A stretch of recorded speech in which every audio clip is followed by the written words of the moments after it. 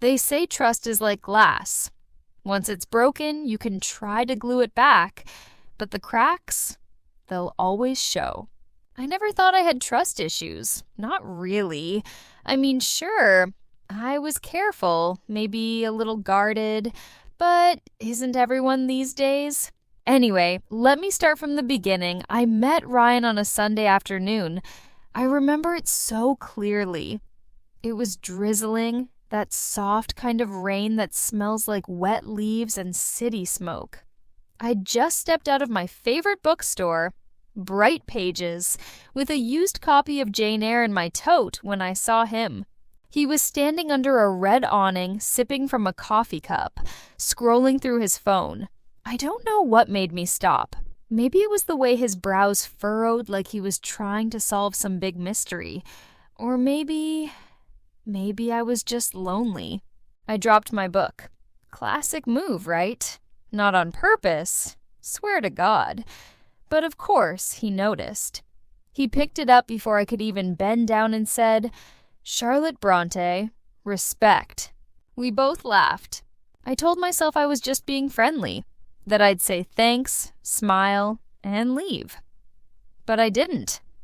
We talked for 20 minutes. Then we grabbed coffee together. That's how it started. For the first time in years, I let someone in. Slowly, like peeling away layers of skin I didn't even know I had. I told him about my mom, how she left when I was 13 and never looked back. I told him about the panic attacks I hid under my pillow at night. I told him about my first boyfriend, Ethan, who cheated on me with my roommate and said it was my fault because I was too intense. Ryan just listened. He never tried to fix me, never offered cheap advice. He just sat with me in the mess. And in return, I tried to be open, to trust. But trust isn't something I know how to do. Not really. I grew up learning that people leave, that love has conditions, that if you make one mistake, it's over. My dad taught me that. Well, not with words. He's not the type, but with silences, with how fast he remarried, with how he never once asked if I missed her. So yeah, I brought all of that into my relationship with Ryan, even though he didn't deserve it. It started with small things, tiny doubts. If he took too long to reply to a text, I'd feel this tightness in my chest, like something was off. My stomach would twist. I'd replay every word I'd said to him the night before, trying to find the moment he started pulling away. If he laughed too loudly at something another girl said, I'd smile on the outside, but on the inside, I was screaming. I started checking his phone when he left the room. I know, that's not who I wanted to be. But the fear, it was louder than logic. And he noticed. One night, he came home late from work. He'd told me he had a client dinner, and yeah, he even sent a picture of the restaurant. But when he walked through the door, I asked him point blank, "Were you really there?" His face broke, like I'd just slapped him with my words. He said, "Emily, what do I have to do to make you feel safe?" And I didn't have an answer. Here's the thing. Trust issues don't always look like screaming or cheating or drama. Sometimes they look like suspicion in silence, like fake smiles, like checking someone's tone 100 times in your head. I was always on edge, always expecting the worst. And Ryan, he did everything he could. He gave me passwords, told me where he was going, texted updates like I was some kind of manager, not a girlfriend. And I hated that about myself. I started avoiding mirrors because every time I looked at myself, I didn't see someone lovable. I saw someone broken. But I was too afraid to lose him, so I tried to hold on tighter. And that, ironically, is what pushed him away. One night, it all exploded. We were at this small dinner party with a few of his friends. One of them, Clara, was this gorgeous, bubbly marketing girl who kept laughing at his jokes. I shouldn't have cared. She wasn't flirting. Ryan wasn't either. But I felt it bubbling inside me. Jealousy, fear, rage. In the car, I finally snapped. I accused him of being too close to her. I said things I didn't mean. Called him dishonest. Told him I knew he had feelings for her. He pulled the car over, right there on the side of the road. And he said, "Emily, well, you have to stop punishing me for what other people did." I started crying. I told him I was sorry, that I just needed reassurance.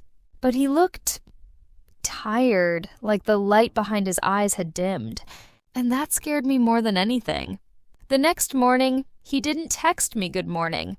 He always did, even if we were fighting, even if we'd had a bad night. I sat on my bed, clutching my phone, staring at the screen until noon. Finally, I messaged him. He replied, "I need space."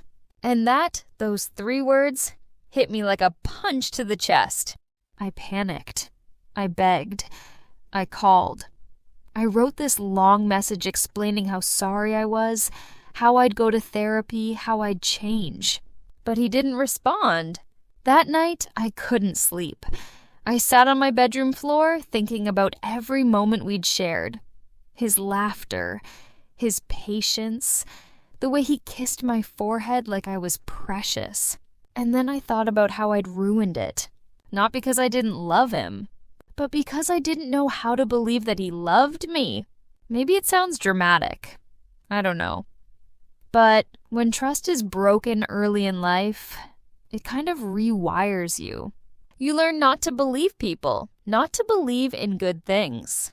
Even when something real shows up, something kind, steady, healthy, you still question it. Still wait for it to disappear. Because deep down, you think you don't deserve it. That's where I was. After 3 days of silence, he finally called. My heart was racing when I answered. He said, "I'm not giving up, but we can't keep doing this. You need to work on this, Emily." And I promised I would.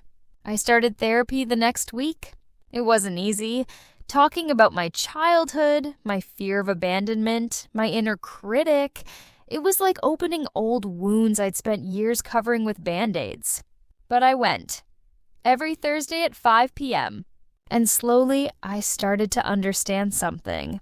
Trust issues aren't about the other person. Not really. They're about you, your fear, your pain, your past. Ryan wasn't the problem. I was fighting ghosts. I was trying to control things so I wouldn't get hurt again. But in doing that, I was hurting the one person who actually showed up for me. We tried to rebuild for a while. There were good days. Days filled with laughter, late-night snacks, slow dancing in the kitchen. But there were bad days too. Days when my anxiety got the best of me. Days when he looked at me like he was already halfway out the door. I was trying. God, I was trying so hard. But sometimes love isn't enough. And that's what makes it so hard. It was a rainy Friday afternoon when Ryan finally said the words I had been dreading for weeks. "I can't do this anymore." Just like that. Calm, quiet, like he wasn't breaking something sacred. He wasn't angry, he wasn't cold, he looked sad. Like someone who had carried something heavy for too long. And now he was setting it down. Not because he wanted to, but because he had to. I didn't scream, I didn't cry. Not at first. I just sat there on our couch, knees tucked under me, hands trembling, and nodded. Because what could I say? He wasn't wrong. I had made loving me exhausting. That night, I didn't sleep.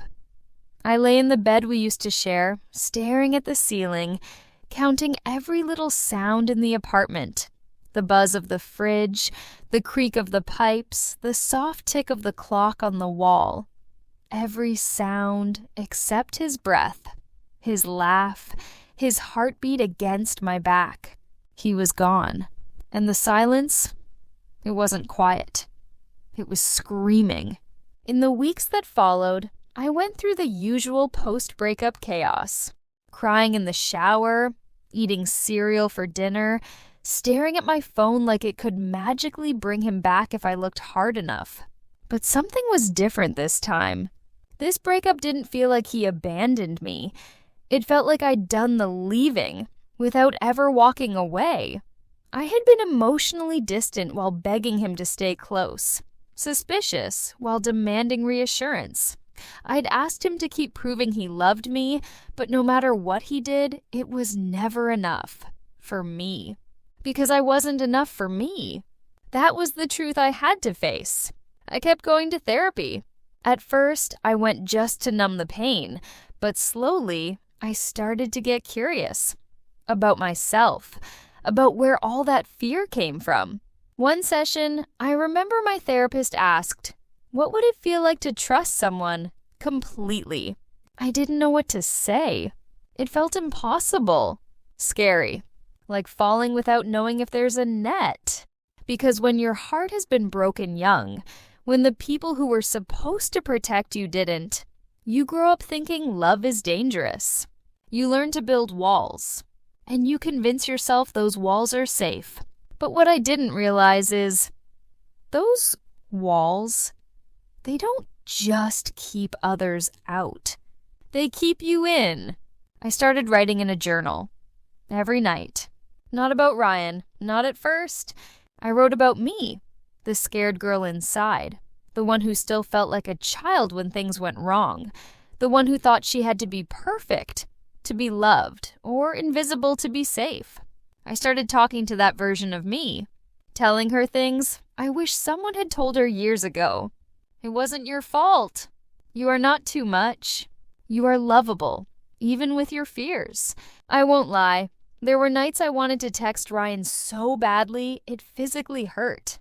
But I didn't, because I didn't want to reach for someone else to fix what I needed to heal in myself. And slowly, something started to shift. One morning I woke up and realized I hadn't thought about him for hours. I'd gone a whole night without replaying our last conversation. That small moment felt like a win. I got up, made coffee, opened the curtains, and for the first time in weeks, I didn't feel heavy. I felt light. Not happy, not yet, but hopeful. About 2 months after the breakup, I ran into him. Of course, it had to be at the grocery store, aisle 5, next to the cereal. He looked good, healthier, clear-eyed. I froze. He smiled. "Hey," he said, like no time had passed. I nodded, heart pounding. "Hey." We stood there for a few seconds, awkward and full of memories. And then he said something I'll never forget. "I still think about you. I needed to breathe." I swallowed hard. I know, I think I did too. We didn't get back together that day. There was no grand romantic scene, no kiss in the rain. But we talked for a long time about the things we never said. About fear, about love, about how sometimes good people just meet at the wrong time. And when we finally said goodbye, I didn't feel broken. I felt proud. Because this time, I didn't beg him to stay. Healing didn't come all at once. It came in small moments. Choosing not to overthink a friend's delayed text. Letting myself enjoy a date without planning for heartbreak. Looking in the mirror and saying, "You are enough. Right now. As you are." That's not something I ever believed before. But now, I'm starting to. There's something I want to say, especially if you've ever been where I was. Scared, guarded, stuck in a loop of doubt and overthinking. It's not your fault you learned not to trust. Somewhere along the way, you got hurt. Someone made you feel like love equals pain or lies or fear. And you've been carrying that wound ever since. But here's the truth, you are not broken. You are bruised, maybe. But bruises heal. And love, real love, won't require you to break yourself to earn it. If I could go back and talk to myself in that bookstore on the day I met Ryan, I'd whisper something different into her ear. I'd say, "You deserve to be loved without fear." And I'd mean it. Because now, I finally believe it's true. If you've ever lost someone because of trust issues, I want you to know you're not alone and you're not beyond healing. The journey back to love starts with learning to trust yourself. Take your time. Go slow. You don't have to get it right all at once. And remember, you are still worthy of love, even while you're learning how to receive it. Subscribe to English Tale for more real, emotional stories that help you learn English and heal your heart at the same time. Don't forget to like, comment, and share this with someone who needs it. And always remember, you're not too broken to be loved.